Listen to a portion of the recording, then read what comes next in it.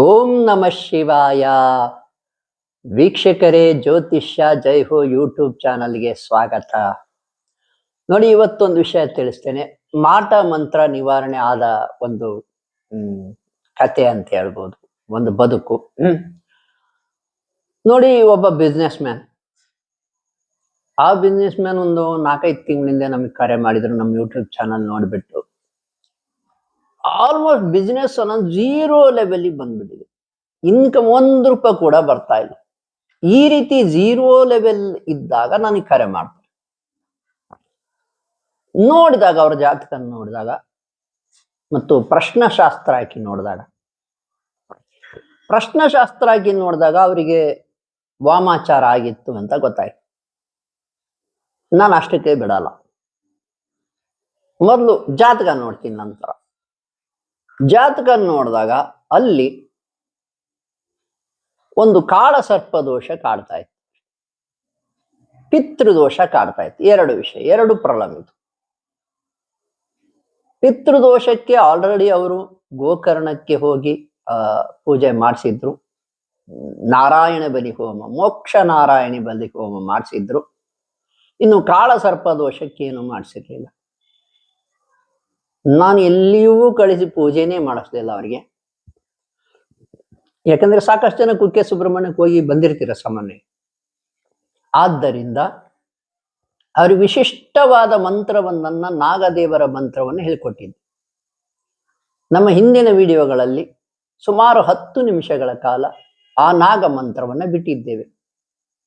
ಏನಪ್ಪ ನಾಗ ಮಂತ್ರ ಅಂದ್ರೆ, ಓಂ ನಂ ನಾಗೇಂದ್ರಾಯ ನಮಃ, ಓಂ ನಂ ನಾಗೇಂದ್ರಾಯ ನಮಃ, ಓಂ ನಂ ನಾಗೇಂದ್ರಾಯ ನಮಃ.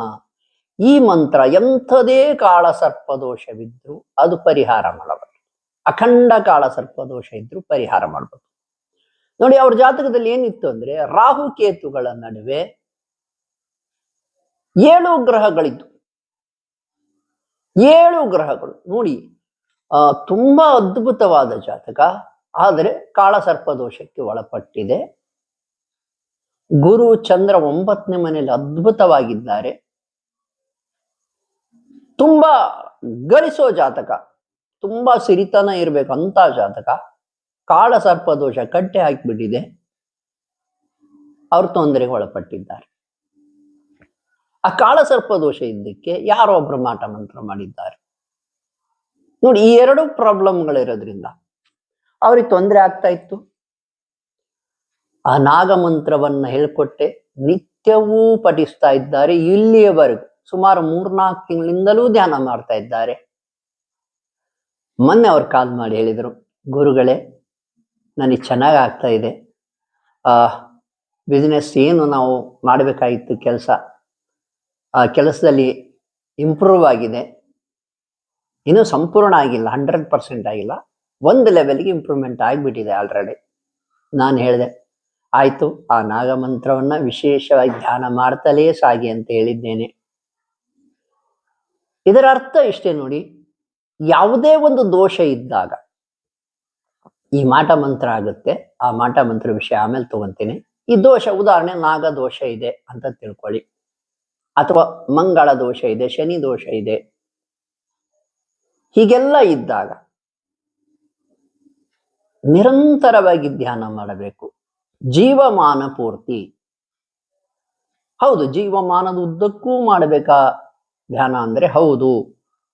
ಯಾಕೆಂದ್ರೆ ನೀವು ಧ್ಯಾನ ಮಾಡಿರ್ತೀರ, ಒಂದು 6 ತಿಂಗಳು ಮಾಡಿದ್ರು, ವರ್ಷ ಮಾಡಿದ್ರು, 5 ವರ್ಷ ಮಾಡಿದ್ರು, ಆಮೇಲೆ ಬಿಟ್ರೆ ಏನಾಗುತ್ತಪ್ಪ ಅಂದ್ರೆ, ಕೆಲವು ದಿನಗಳ ಕಾಲ ಆಸಕ್ತಿ ಇರುತ್ತೆ, ತದನಂತರ ಮತ್ತೆ ಡೌನ್ ಆಗುತ್ತೆ.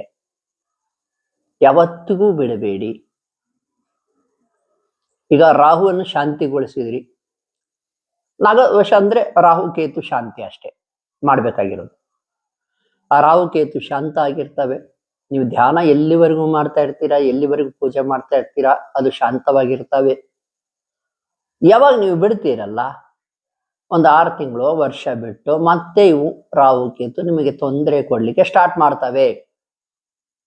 ಅದಕ್ಕಾಗಿ ನೋಡಿ, ಕುಕ್ಕೆ ಸುಬ್ರಹ್ಮಣ್ಯಕ್ಕೆ ಹೋಗಿ ಯಾರಾದ್ರೂ ಸರ್ಪ ಸಂಸ್ಕಾರ ಪೂಜೆ ಮಾಡಿಸಿ ಬಂದಿದ್ರೆ ನಾನು ಅವ್ರಿಗೆ ಹೇಳೋದು ಒಂದೇ, ಮತ್ತೆ ಮತ್ತೆ ಹೋಗಿ ಸರ್ಪ ಸಂಸ್ಕಾರ ಪೂಜೆ ಮಾಡಿಸೋ ಅವಶ್ಯಕತೆ ಇಲ್ಲ. ಆದರೆ ನೆಕ್ಸ್ಟ್ ಟೈಮ್ ಹೋದಾಗ ಆಶ್ಲೇಷ ಬಲಿ ಹೋಮ ಮಾಡಿಸಬೇಕು. ಆಶ್ಲೇಷ ಬಲಿ ಹೋಮ ಶಾಸ್ತ್ರ ಇನ್ನೂ ಏನು ಹೇಳುತ್ತೆ ಅಂದ್ರೆ, ಆಶ್ಲೇಷ ನಕ್ಷತ್ರ ಬಂದಾಗ ಮಾಡಿಸಿದ್ರೆ ಇನ್ನೂ ವಿಶೇಷ. ಸುಬ್ರಹ್ಮಣ್ಯಕ್ಕೆ ಹೋಗಿ ಮಾಡಿಸ್ಬೇಕಾ ಅಂದ್ರೆ ಇಲ್ಲ, ನಿಮ್ಮ ಊರುಗಳಲ್ಲಿ ಶಾಸ್ತ್ರಿಗಳು ಕೂಡ ಆಶ್ಲೇಷ ಬಲಿ ಹೋಮ ಮಾಡಬಹುದು. ಅದರಲ್ಲೂ ನದಿ ತಟಗಳಲ್ಲಿ ಮಾಡಿಸಿದರೆ ತುಂಬಾ ಒಳ್ಳೆ. ಆರ್ಥಿಕವಾಗಿ ಬಹಳ ಚೆನ್ನಾಗಿದ್ದೀವಪ್ಪ, ಅಖಂಡ ಕಾಳ ಸರ್ಪದೋಷ ಕಾಡ್ತಾ ಇದೆ ಅನ್ನೋದಾದ್ರೆ ನೋಡಿ, 27 ಸರ್ತಿ ಪ್ರತಿ ತಿಂಗಳು ಆಶ್ಲೇಷ ನಕ್ಷತ್ರ ಬಂದಾಗ, ಅಂದ್ರೆ 27 ತಿಂಗಳ ಕಾಲ 27 ಸರ್ತಿ ಈ ಆಶ್ಲೇಷ ಬಲಿ ಹೋಮ ಮಾಡಿಸೋದು ಒಳ್ಳೆಯದು. ಖರ್ಚಾಗುತ್ತೆ, ಆರ್ಥಿಕವಾಗಿ ಚೆನ್ನಾಗಿದ್ರೆ ಮಾಡಬಹುದು. ಇಲ್ಲಪ್ಪ ನಾವು ಖರ್ಚು ಮಾಡಕ್ ಒಲ್ವಿ ಅಂದ್ರೆ ನಾಗ ಮಂತ್ರಗಳನ್ನು ವಿಶೇಷವಾಗಿ ನಾನು ಹೇಳ್ಕೊಡ್ತೇನೆ. ಎಂಥ ಕಾಳ ಸರ್ಪದೋಷ ಇದ್ರು, ಅಖಂಡ ಕಾಳ ಸರ್ಪದೋಷ ಇದ್ರು ಪರಿಹಾರ ಆಗ್ತದೆ ಅಂತ ಮಂತ್ರಗಳನ್ನು ಹೇಳ್ಕೊಡ್ತೇನೆ. ಯೂಟ್ಯೂಬಲ್ಲಿ ಆಲ್ರೆಡಿ ಒಂದು 10 ನಿಮಿಷಗಳ ಕಾಲ ಬಿಟ್ಟಿದ್ದೇವೆ, ನೀವು ಅದು ನೋಡ್ಕೋಬಹುದು. ಆದ್ರೆ ಧ್ಯಾನ ನೀವೇ ಮಾಡಬೇಕು, ನಿಮ್ಮ ಕರ್ಮ ನೀವೇ ಕಳೆದುಕೊಳ್ಳಬೇಕು.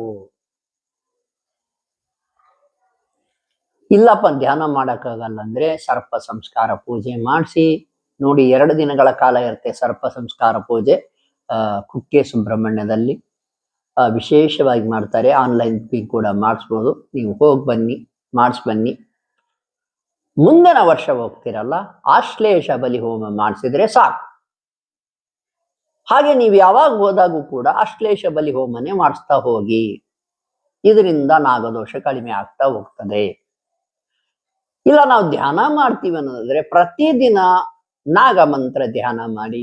ಹೀಗೆ ಮಾಡೋದ್ರಿಂದ ಆ ನಾಗದೋಷ ಕಡಿಮೆ ಆಗ್ತದೆ. ಮುಂದಿನ ಭಾಗಕ್ಕೆ ಬರ್ತೀನಿ. ಅವರಿಗೆ ನಾಗ ದೋಷ ಇತ್ತು, ಕಾಳ ಸರ್ಪ ದೋಷ, ಅದರಿಂದ ವಾಮಾಚಾರ ಆಯ್ತು. ವಾಮಾಚಾರಕ್ಕೂ ಕೂಡ ಮಂತ್ರಗಳನ್ನು ಹೇಳ್ಕೊಟ್ಟಿದ್ದೇನೆ, ಧ್ಯಾನ ಮಾಡ್ಲಿಕ್ಕೆ, ಶಕ್ತಿ ರೈಸ್ ಆಗ್ಲಿಕ್ಕೆ. ಅಷ್ಟೇ ಅಲ್ಲ, ಕೆಲವು ಆಚರಣೆ ಹೇಳ್ಕೊಟ್ಟಿದ್ದೇನೆ.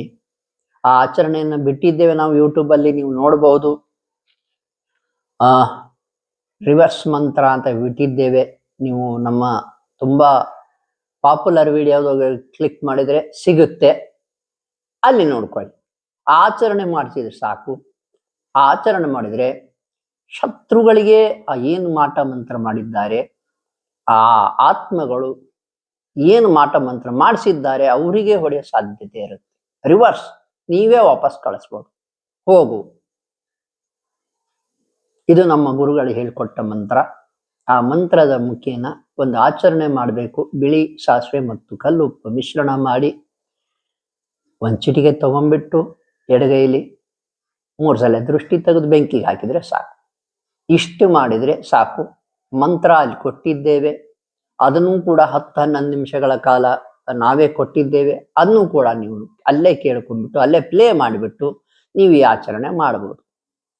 ನೋಡಿ, ಇಷ್ಟು ಸಣ್ಣದಾಗಿ ಹೇಳ್ಕೊಟ್ಟಿರ್ತಕ್ಕಂಥ ಪರಿಹಾರಗಳಿಂದ ಅವರ ಬಿಸ್ನೆಸ್ ಇಂಪ್ರೂವ್ ಆಗ್ಬಿಡ್ತು. ಖುಷಿಯಾಗಿದ್ದಾರೆ. ಗುರುಗಳೇ ಧನ್ಯವಾದಗಳು ಅಂತ ಫೋನ್ ಮಾಡಿದ್ರು. ಅವ್ರಿಗೆ ಭಗವಂತ ಇನ್ನೂ ಹೆಚ್ಚಿನ ಶಕ್ತಿ ಕೊಡ್ಲಿ, ಆಶೀರ್ವಾದ ಮಾಡಲಿ. ಈಗ ಗುಡಿಗಳು ನಾನು ದೇವಸ್ಥಾನಕ್ಕೆ ಹೋಗ್ಲಿಕ್ಕೆ ತಿಳಿಸಿದ್ದೇನೆ.